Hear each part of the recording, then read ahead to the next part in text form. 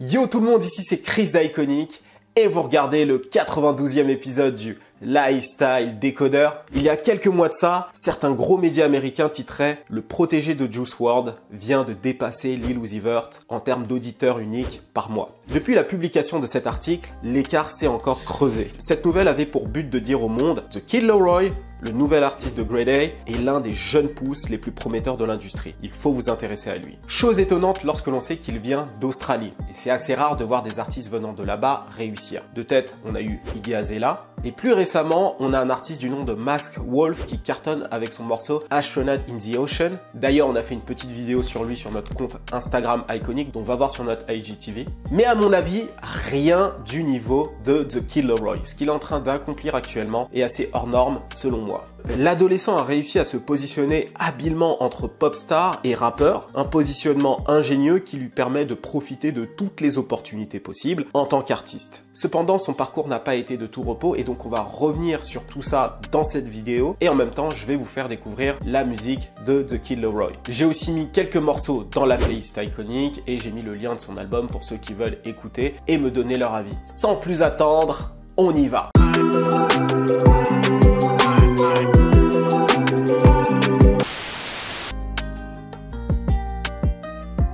De son vrai nom Charlton Kenneth Jeffrey Howard est un jeune artiste australien né le 17 août 2003 à Sydney, Australie. Et là tu te dis le rêve, le gars a grandi dans un pays où il fait bon vivre, entre séances de surf et balades avec les kangourous. Pff, le cliché. Eh bien détrompe-toi, le rappeur est bien loin d'avoir grandi dans un décor de carte postale. Lui c'était plutôt le côté sombre de Sydney. Là où il vit, crois-moi, les touristes n'y mettent pas les pieds. Son quartier se nomme Redfern, un quartier de Sydney réputé pour ses HLM parasités par la drogue et la violence. Élevé seul par sa mère, son enfance n'a pas été synonyme de stabilité. Son père fait des apparitions épisodiques mais reste pour la majorité du temps absent. Il déménage énormément. Son frère, lui et sa maman ont même été amenés à un moment donné à aller vivre chez l'une des amies de sa mère.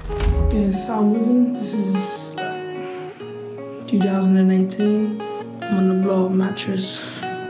Little heater, you know what I mean? Holes in the walls. Mais au milieu de tout ça, il y a une chose qui lui fait réellement du bien.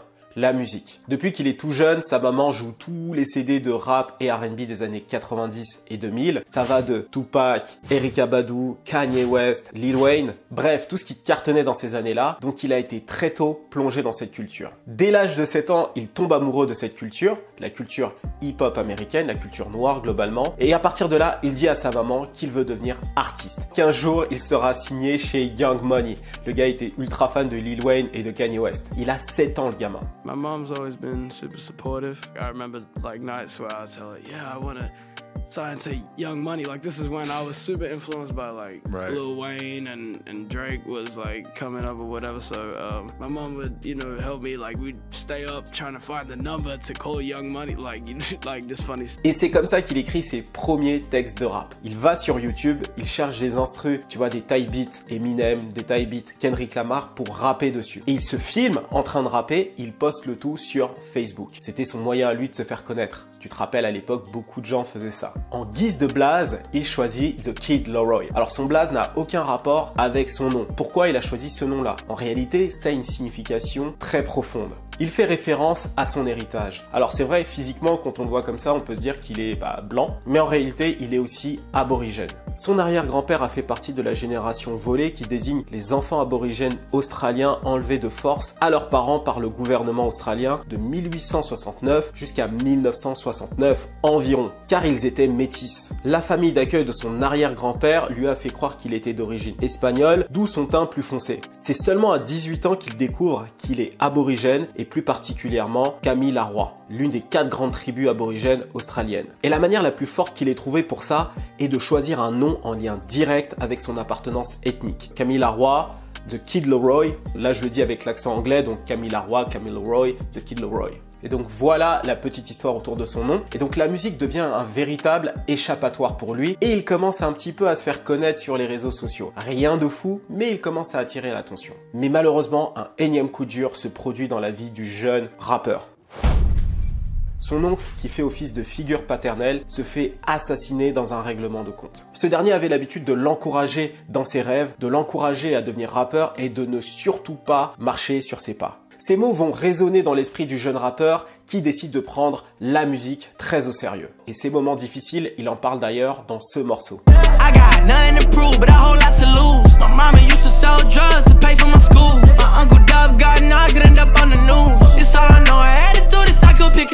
Et le premier moment où le jeune rappeur commence réellement à attirer l'attention des autres artistes, c'est lorsqu'un gars lui propose d'utiliser son studio d'enregistrement gratuitement, simplement parce qu'il a entendu son freestyle sur Facebook. Grâce à ça, il enregistre ses premiers sons et les poste sur SoundCloud. Le gars en question était lui-même artiste, ils aimaient un peu le même style de musique et son but était de créer un petit peu un collectif d'artistes australiens qui sont dans le même délire, c'est-à-dire le délire US, etc.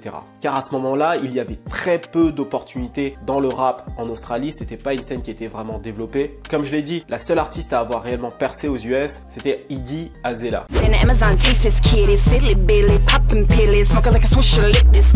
Autant dire que ce n'était pas gagné, mais le fait de savoir qu'il y avait d'autres artistes un petit peu dans le même délire, et ben peut-être que ça allait créer une espèce de dynamique. Et au vu du marché, lorsqu'une opportunité se présente, même minime, The Kid Laroi la saisit. Just because I'm 14 years old doesn't mean, you should underestimate me. Like, I don't want to be underestimated.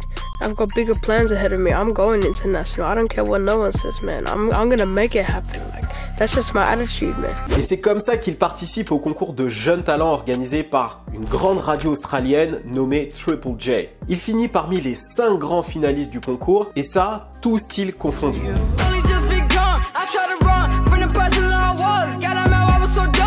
Donc tu t'imagines, le gars à ce moment-là a 13-14 ans, il participe à un concours d'artistes qui mélange rock, pop, indie, tout ça, et lui réussit à être l'un des 5 finalistes. Donc ça en dit long sur son talent. Et grâce à ça, il gagne en visibilité et donc quelques milliers d'abonnés sur Instagram. Rien de fou, mais c'est déjà un pas de plus vers son rêve. À l'âge de 14 ans, il sort son premier projet en 2018 du nom de 14 with a Dream. Une mixtape très aboutie malgré son jeune âge qui fait office de carte de visite. Il y a d'ailleurs un morceau qui s'appelle Blessing qui va attirer l'attention de beaucoup de monde.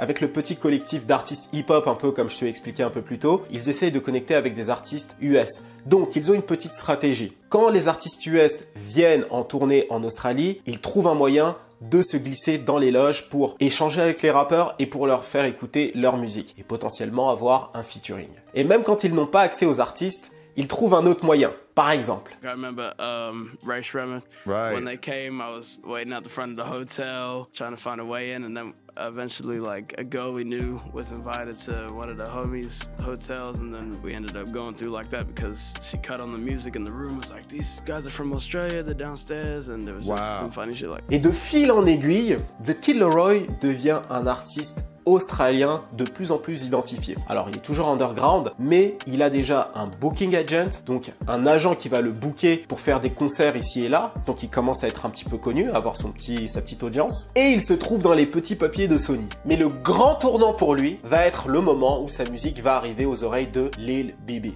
Alors, Lil Bibi, pour ceux qui ne le connaissent pas, c'est l'ancien rappeur de Chicago. Il faisait de la drill, hein. Il est devenu depuis CEO de son label Grade A, qui est notamment responsable pour Juice WRLD. À l'écoute du morceau Blessings, donc le morceau dont je t'ai parlé un peu plus tôt, Lil Bibi comprend tout de suite que The Kid Laroi est spécial. I heard like 5 seconds of this song called Blessings. And I was like, what the fuck? How old is this kid now? Like, he's 14 and he was like, holy shit. This is the next thing, you know what I'm saying? And I was just telling Peter, my brother, like, man, I gotta find this kid. Alors le frère de Lil Baby, G-Money, rentre en contact avec The Kid Laroi via Instagram. Il lui explique qu'ils ont beaucoup apprécié sa musique, qu'ils sont fans et qu'ils aimeraient le signer sur le label Grade A, donc le label avec Juice WRLD. Et donc à partir de là, ça a été le début d'un long processus pour Grade A, parce que ça allait pas être aussi simple. En parallèle de tout ça, Juice WRLD commence une tournée en Australie. Et l'agent de booking de The Kid Laroi le place tout naturellement en première partie de tous ses concerts. C'est la consécration pour le jeune rappeur australien. Il va non seulement faire la première partie de tous les concerts de l'un de ses rappeurs favoris, parce que tu vas voir qu'il a été extrêmement influencé par Juice WRLD, mais en plus de ça, il va le rencontrer. Ils vont pouvoir échanger. Open the door and it was Juice. Holy shit. Me and my friends are just like looking at each other in the room like, holy shit, holy shit, holy shit. I just realized like, fuck, I'm ready to do this shit. Let's go. Aussi, il rencontre le staff de Grade A qui vont en profiter pour se rapprocher de lui, créer de la proximité pour le mettre en confiance. Après la tournée australienne, Lil Bibi, qui lui n'a pas eu l'occasion d'aller en Australie pour aller à la rencontre de The Kid Laroi, va secouer ciel et terre pour pouvoir signer The Kid Laroi. Ça va aller de gagner la confiance de la maman et du rappeur lui-même à régler tous les problèmes administratifs qu'il peut y avoir. You know, it's hard to get somebody to trust you, you know what I'm saying? Well, I tell my people, whatever these people want, I'm giving it to them, you know what I'm saying? Whatever they want, like, I just knew what it was. Il lui a fallu une bonne année pour que The Kid Laroi soit signé chez Grade A.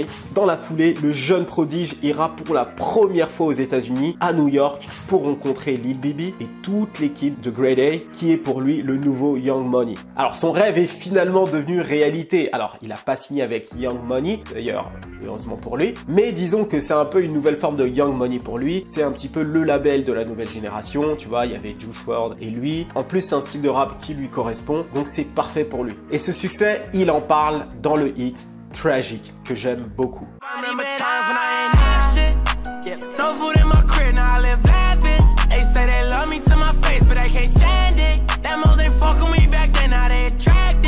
Dès le début, Bibi va beaucoup l'apprécier car sous ses airs de jeune starlet pop, The Kid Laroi vient d'un milieu modeste tout comme lui. Bah oui, tu vois, The Kid Laroi, c'est un petit peu comme Justin Bieber finalement. Il a été élevé par une mère célibataire et il vient d'un milieu modeste. Donc tu vois, ils réussissent à connecter assez facilement. D'ailleurs, il y a une anecdote assez drôle que Lil Bibi raconte qui est le moment où il allait boire de l'eau directement au robinet. He came to my hotel and he went in the bathroom and drunk water out of the tap. From that day, I'm like, I really like this kid though, because I used to do that back in the day when you know, like when we was poor. So I'm like, I like people from like humble beginnings. Aux USA, il accompagne Juice WRLD dans sa tournée qui est déjà à ce moment-là au top de sa carrière. Aucune performance pour lui, il sera là presque en tant que disciple de Juice. C'est ainsi qu'est née cette relation de petit frère, grand frère entre lui et le rappeur défunt.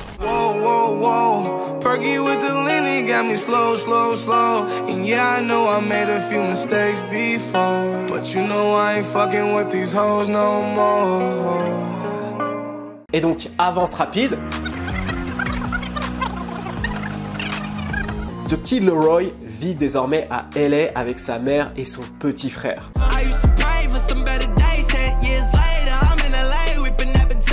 L'année dernière, il sort sa première mixtape, Fuck Love, le 24 juillet 2020, qui a fait un carton. C'est d'ailleurs grâce à ce projet que son nombre d'auditeurs mensuels a explosé. Et en bonus de ça, c'est devenu un habitué de Lyrical Lemonade. Alors pour ceux qui connaissent pas, j'ai fait un LSD sur ça. Va le voir.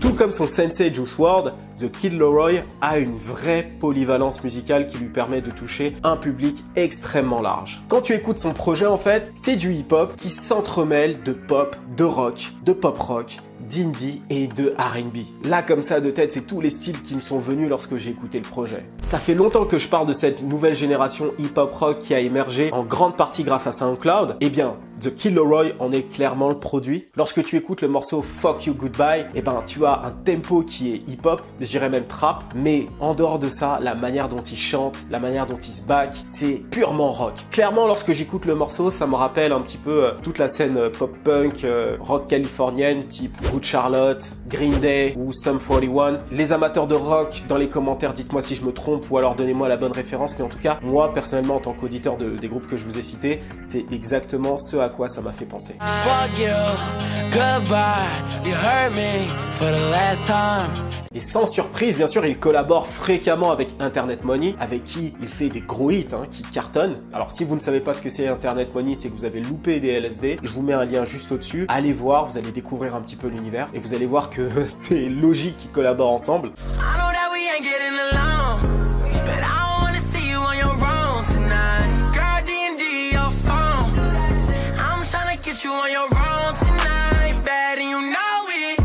Il peut même aller sur des ballades, guitare sèche, voix. Et c'est d'ailleurs son plus gros hit, Without You, c'est juste ça. Il y a très peu d'instrus, c'est vraiment une guitare et c'est lui avec sa voix. Et typiquement, lorsque j'entends ce morceau, ça me rappelle vraiment Justin Bieber. Là, tu commences à voir son influence. C'est cet artiste pop qui a flirté et était fan de culture hip-hop, mais qui reste un artiste pop et qui a réussi comme ça à avoir plusieurs publics. Justin Bieber, il fait de la musique R&B, pop, et donc c'est comme ça qu'il a touché plusieurs publics. Et là, tu commences à voir des artistes comme The Kid Laroi qui marchent sur ses pas, et également Lil TJ dont j'ai parlé il y a quelques semaines qui essaie aussi de marcher sur ses pas. Donc on commence à voir son influence et c'est très intéressant. Mais clairement, pour ce qui est de se comporter dans l'industrie de la musique, enregistrer, tout ça, il s'est inspiré de Juice WRLD. Même la musique en elle-même, c'est clairement inspiré de Juice WRLD. Et si Juice WRLD était encore en vie, il y aurait sûrement eu un projet en commun entre les deux et ça aurait été un massacre. Clairement, ils allaient avoir un créneau à eux et ça aurait fait super mal. C'est vraiment dommage qu'ils soient partis. D'ailleurs, The Kid Laroi a fait un morceau pour parler justement des personnes qu'il a perdues, notamment Juice WRLD, mais aussi son oncle. Tell me why it's so hard to say goodbye. And when I get inside of my mind, I lose my time. Avec ses airs de Disney Channel qui plaît à tout le monde, sa polyvalence musicale et une équipe comme celle de Lil Bibi qui est à la fois respectée dans la rue et dans le business de la musique pour avoir réussi à faire péter Juice WRLD, je pense qu'on n'a pas fini d'entendre parler de lui. Do you feel like he's gonna surpass Juice WRLD eventually? That'll be hard. It'll be hard to do that, but he might.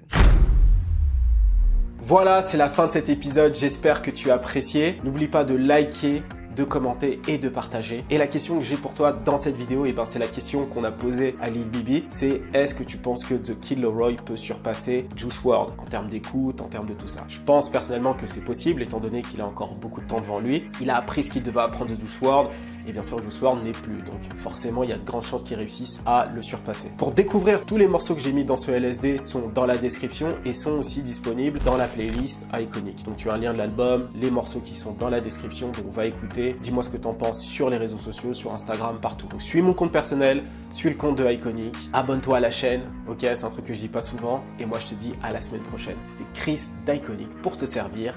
On se dit à bientôt. Cheers.